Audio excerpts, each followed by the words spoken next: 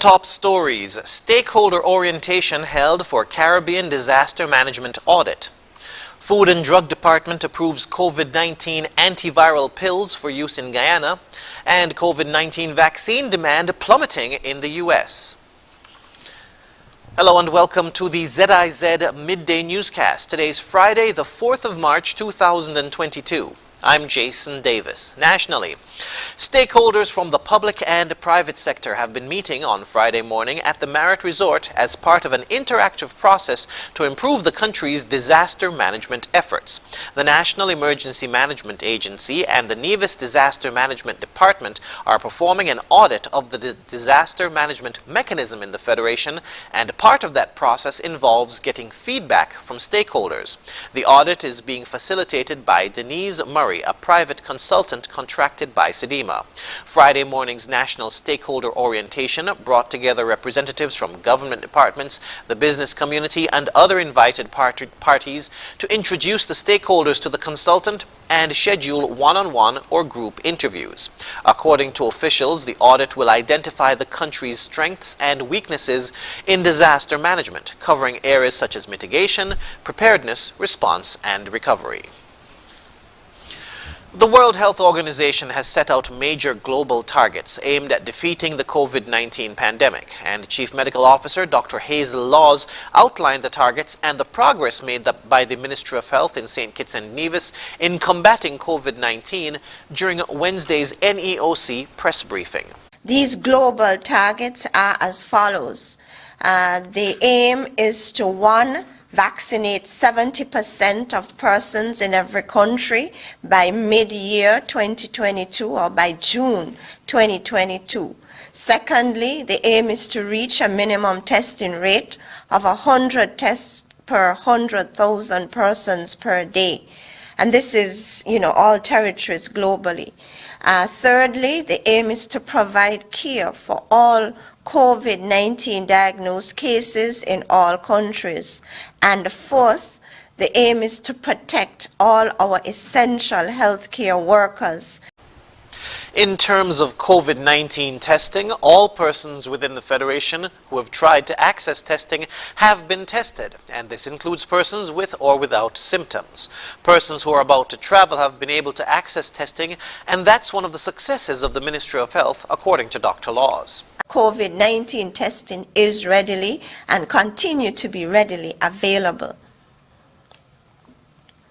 Now, in the Federation, all persons who are diagnosed with COVID-19, they are also able to access care, medical care.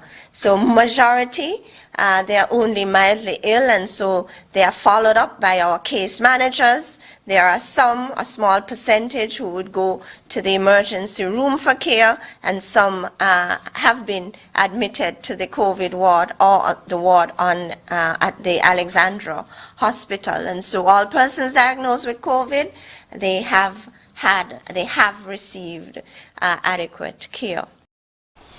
The Ministry of Health continues to encourage all persons living within the Federation who can be vaccinated against COVID-19 to do so. In other news, the Rotary Club of St. Kitts made a donation to the Bronte Welsh Primary School in a short ceremony at the school on Friday morning. The donation consisted of dictionaries for the grade 3 classes. Principal Valdine Rogers thanked the club for their donation. It is with great pleasure that I say thank you for these dictionaries for the grade 3 classes. Okay? And the Rotary Club is here today. They're in connection and in sponsor with the Bronte Welsh Primary School, helping to educate the nation's children.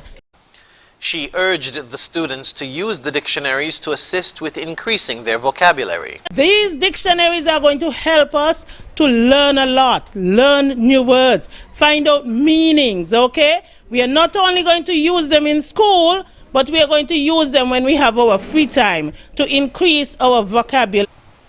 Facilitating the distribution of the dictionaries were President of the Rotary Club St. Kitts, Dr. Dwayne Archibald, District Governor of the club, Sonia Aline, and Assistant Governor, Francis Ann Satney. We now move to news on the regional scene. The government analyst Food and Drug Department has approved the use of another COVID-19 antiviral pill in Guyana, which the government has been making efforts to procure for use in the public health sector. Here's more from Joel Vutt. The World Health Organization, WHO, has recently updated its guidelines on COVID-19 therapeutics to include a conditional recommendation on Merck & Co.'s COVID drug molnupiravir. Under this conditional approval, the Merck's COVID-19 antiviral pill was approved for patients who are currently in the early stages of the disease or experience mild to moderate symptoms of the virus. Minister of Health, Dr. Frank Anthony, providing insight on the pill, noted that it was approved by WHO for emergency use authorization in several countries, including United States of America and other stringent territories, and soon will be adopted in Guyana.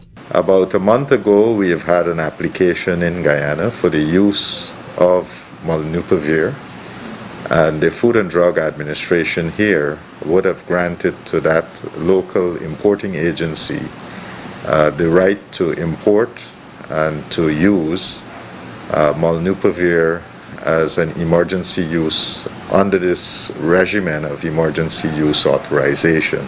The health minister said his ministry will continue making efforts to access the drugs to be used in the public health sector.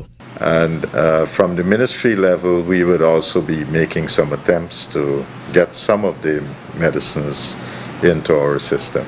Anthony, while sharing precautionary measures for using the antiviral pill, advised that